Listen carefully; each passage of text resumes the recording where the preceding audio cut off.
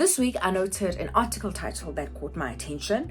It's kind of like an agony aunt, people write in with their financial problems and get assistance. So the title said, and I quote, "This is torture, mentally, physically, emotionally. I feel like a prisoner to my mortgage." Then, same week, I also saw a video clip on YouTube about a lady. She's a financial advisor, so people write into her as well, similar kind of vibes. They write in with whatever financial problem they're going through, and she helps them get through it. And this lady was basically in a position where she earns 22,000 rand, that's her bring home, and her bond is about 8,600 rand, and together with levies and rates and all of that, she is paying more than 10,000 rand towards her bond and the upkeep of her property. That's like half of your salary. And I think in both cases, first of all, I must say my heart goes out to these people. My mother always used to say, we must make sure that we learn from other people's mistakes. So if you're about to buy your property, what can you do to make sure that you never find yourself in a position where you actually regret purchasing your property? My name is Sebolelo, and welcome to the channel where we discuss all things real estate in the eyes of a first-time home buyer and a first-time home owner, as I try to navigate you through this process and try and make it as smooth and simple as possible.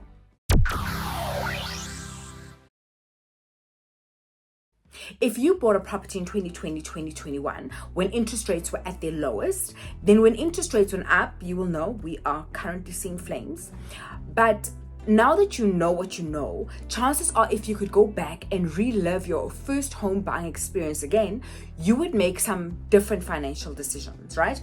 And now the people that are about to buy into property now don't know, they don't have the retrospect that we have. So in other words, they hear us talking about interest rates, hey, what duka, what dima, but it's almost like you can't truly comprehend what it looks like. So once you've bought your property and you've got a bond and you've got a mortgage, you've got a lot less freedom.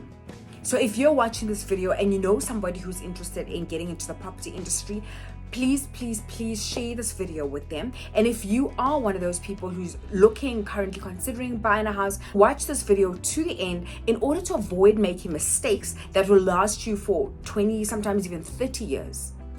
When it comes to buying property, what the bank says you can afford and what you can actually afford are very seldom the same thing. It's so important to draw up a budget and look at your expenses so you can see how much money you can actually allocate towards your property before you even start looking at houses. I don't know how many times somebody has inquired about a property where the bond repayment is, let's say, 9,000 rand, and then we do the paperwork. And when you're looking at pay slips, it's like this person's bring home is 13,000 rand. So if your bring home is 13, how do you think you're going to afford this house where the bond is 9,000? Obviously, the bank is not going to grant it. But I just want you to look and see how irresponsible this is. Let's say pigs started flying and grass turned luminous orange, and the bank says, "Congratulations, you qualify. We've given you your home." You would be super excited, like, whoa, oh my gosh, I just got my dream home. This is like the ultimate thing. You move in, first month, bank takes their debit order, 9,000 rand, you're now left with 4. You need to pay for transport, for food, electricity, the phone bill, clothes, all of that out of that 4,000 rand. By the end of 3 months, you'll be pretty frustrated and you will actually start resenting this house because you will not be able to have access to anything because all your money is going towards your bond, right? By the end of 6 months, either you will have sold that house or it will be up for foreclosure because it is simply not possible to maintain a lifestyle like that. When the bank calculates your mortgage amount, they will look at your income and your cost to income ratio, usually not more than 30%, but you still need to go home and do your own calculations to work out what you yourself can afford. So what are you saying, Sebolelo? I'm saying before you even get a pre-approval, before you contact an estate agent, before you even start looking at properties on the property portals, sit down with your partner if you're buying together, go through your bank statements for 3 or 6 months if you can, go through it item by item and look at all of your expenses and write them down. It's easy to budget for fixed expenses like school fees, car installments, medical aid. Because it's a fixed amount, you know how much is coming out of your account every month. The purpose of this exercise is for you to see how you spend your money. So if you sit through the last statement, you might think like, oh, okay, I've spent 300 Rand on grooming or hair or whatever. But if you actually go through it over the last 3 months, you'll see that, okay, this month it was 300, fair enough. But last month it was 400. The month before that, it was 700. So instead of just thinking that you spend 300 Rand on grooming, if you sit and you actually scrutinize the situation, you'll take your 700, your 400, and your 300 over the 3-month period, divide it by 3, which works out to 460 Rand a month, which is far more accurate than just assuming that you spend 300 Rand a month on grooming. So you do this item by item on your bank statement. So you're sitting with a budget not of where you want your money to go, but knowing where your money actually went. Then we allocate these expenses into one of 3 different groups: essentials, basics, and luxuries. So you go through them and decide which are the things that you must have and which are the items which are, you're more willing to compromise on. You know your situation, because the truth is sometimes we do need to make sacrifices in order to get what we want. You might decide, well, you know what, we're going to cut down on DSTV. We'll use just the 2 streaming services that we use.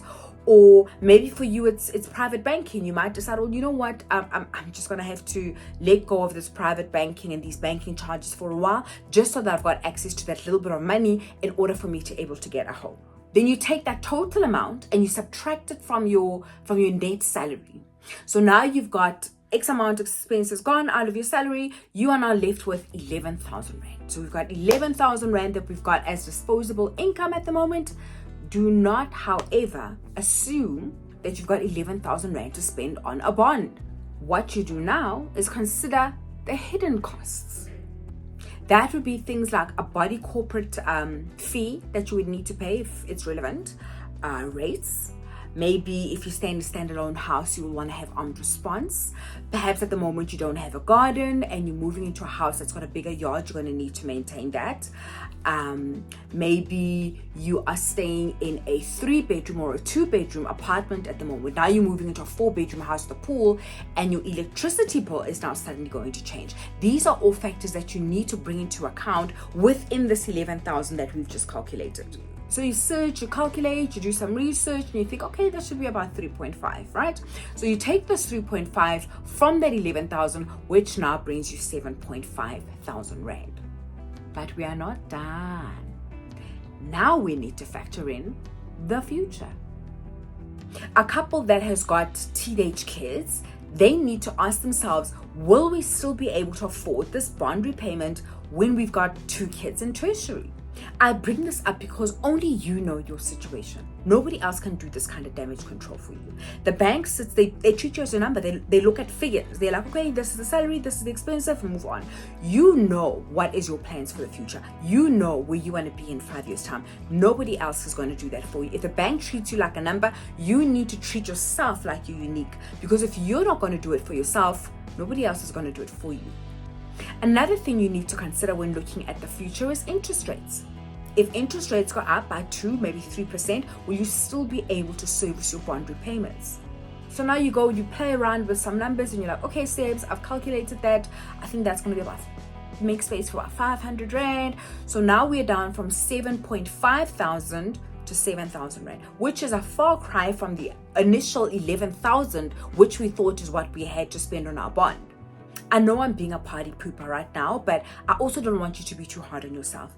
As long as your 5-year plan is calculated, you'll be fine. The couple that has got 2 kids in high school are going to have very different worries from a couple that have got 2 kids in the foundation phase. Because even though these 2 foundation phase kids are eventually going to go to university, and when they get to tertiary, that school fees amount is going to be a lot higher than what they would be paying now, your bond repayment generally stays the same over the term. And what I mean by that is, if your bond repayment is say 7,000 now, chances are in 20 years time it's going to be more or less 7,000 Rand. I know a guy who bought a house in the burbs. It was a 3-bedroom house in the suburbs, and his bond, by the time he paid off his bond, he was paying 700 rand a month. So literally he was paying 700 rand for a 3-bedroom house in the burbs. And the thing is, when he bought, he never paid extra towards his bond, by the way, not a cent. He paid minimum payments right through his 20 years. But the thing is, 20 years ago when he bought that property, that 700 rand had a different value to what 700 rand means to us. So if you take out your bond now at 7,000 rand, in 10 years, 15, 20 years time, 7,000 rand is not going to feel like what 7,000 rand feels like today. So while I'm saying that your 7,000 rand bond repayments right now are going to feel trivial in 20 years time, I also don't want you to overexpose yourself at the start, otherwise you're not going to reach the finish line. Here are some videos that will help you out on your home ownership journey.